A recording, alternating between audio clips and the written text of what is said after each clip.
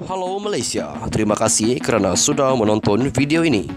Sebelum kita bermula, sila pertimbangkan untuk tekan butang subscribe, like dan share. Berita perkembangan politik semasa dalam negara, perkembangan negara dan semuanya ada di dalam channel ini. Terima kasih kerana sudah menonton. Hello, salam sejahtera seluruh rakyat Malaysia. Isu penjualan Menara Kuala Lumpur ataupun Menara KL semakin menarik dan panas dengan berbagai pihak mengemukakan pandangan dan komen. Namun ada satu berita, sebelum itu jangan lupa untuk tekan butang subscribe serta aktifkan lonceng notifikasi supaya Anda tidak ketinggalan dengan perkongsian-perkongsian terkini mengenai berita-berita politik di Malaysia. Berita hari ini dipetik daripada Agenda Daily mengatakan apa di sebalik isu Menara KL. Isu penjualan Menara Kuala Lumpur semakin menarik dan panas dengan pelbagai pihak mengemukakan pandangan dan komen.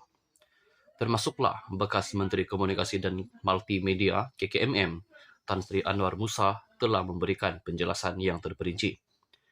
Perkara yang amat jelas, Menara KL masih lagi milik Kerajaan Malaysia. Menara KL tidak dijual secara senyap-senyap seperti tuduhan beberapa cyber trooper. Yang menjadi persoalan ialah konsesi operasi dan maintenance KL Tower kepada pihak ketiga iaitu syarikat Hydrosopy Sendirian Berhad. Beberapa perkara telah diutarakan oleh dua orang pemilik akaun Facebook dan cyber trooper media sosial yang telah menuduh perkara-perkara seperti berikut. Yang pertama, tuduhan pertama bahawa KL Tower ataupun Menara KL telah dijual kepada pihak ketiga. Tuduhan kedua, bahawa anak syarikat Telekom Malaysia TM untung RM20 juta setahun mengendalikan operasi menjaga Menara KL. Tuduhan ketiga, kononnya konsesi mengurus KL Tower diberi kepada satu syarikat yang hampir muflis. Tuduhan keempat, bahawa ada tangan gaib campur tangan dalam pemberian konsesi Menara KL kepada Hydrosopy Sendirian Berhad dan pemberian konsesi tersebut tidak mengikut peraturan-peraturan yang ditetapkan oleh kerajaan. Tuduhan kelima, bahawa pengarah wanita masyarakat Hydrosopy adalah kenalan rapat Anwar Musa. Tuduhan kelima, 5 tuduhan ini adalah palsu, fitnah dan berniat jahat. Saya dimaklumkan Anwar Musa akan mengambil tindakan undang-undang terhadap dua penulis Facebook ini dan lain-lain pihak yang telah memfitnah beliau. Adalah amat jelas bagi menjawab tuduhan-tuduhan tersebut, sebenarnya perkara-perkara berikut perlu diambil kira, iaitu yang pertama, konsesi mengendalikan dan menguruskan Menara KL telah diberikan sebanyak 2 kali kepada anak syarikat TM dan konsesi terakhir berakhir pada penghujung tahun 2019. Yang kedua, TM mengambil keputusan tidak mahu lagi menyambung perjanjian konsesi tersebut. Yang ketiga, sebenarnya anak syarikat TM yang mengendalikan Menara KL rugi teruk pada tahun perniagaan 2020, 2021 dan 2022 akibat berhadapan dengan krisis pandemik COVID-19. Yang keempat, TM berpendapat bahawa Menara KL tidak lagi berfungsi sebagai menara telekomunikasi yang utama, sebaliknya merupakan tempat pelancongan yang strategik. Anak syarikat TM memerlukan bajet berjumlah di antara 10 hingga 20 juta ringgit untuk memulakan semula operasi Menara KL secara optimum pasca pandemik COVID-19. Yang kelima, tuduhan kononnya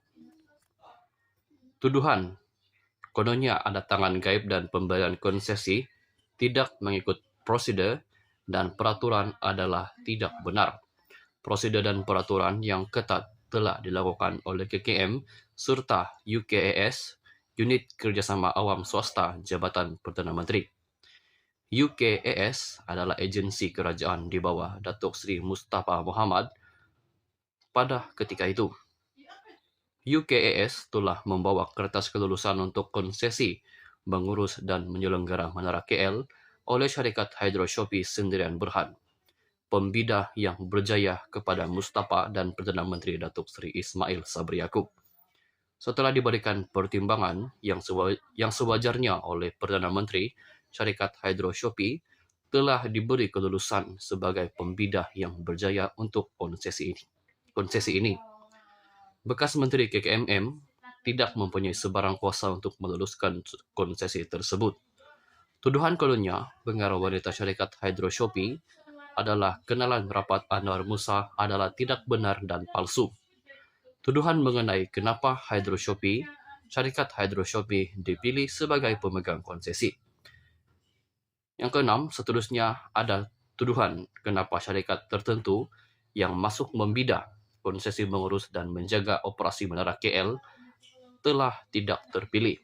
Sebenarnya, 7 syarikat telah melakukan bidaan, tetapi 2 telah terlambat menghantar bidaan, maka hanya 5 syarikat yang telah dibuat penilaian oleh pihak KKMM dan UKAS. Betul, Menara KL bukan kedai madu, bukan kedai kasut, dan bukan kedai lot. Menara KL adalah antara tempat yang popular pelancong datang berkunjung. Tetapi ada tuduhan daripada Datuk Seri Megat bin Datuk Syahriman kononnya, syarikat beliau telah ditolak tanpa alasan yang munasabah. Padahal dia sudah bertahun lamanya menyewa tapak restoran di Menara KL tersebut. Untuk makluman, syarikat Datuk Seri Megat telah mengemukakan cadangan untuk mendapatkan konsesi yang panjang, yaitu selama 45 tahun, dan memohon untuk memulakan perniagaan 1 hotel butik, 1 museum Madame Tussauds Wax Museum, dan Card Prix.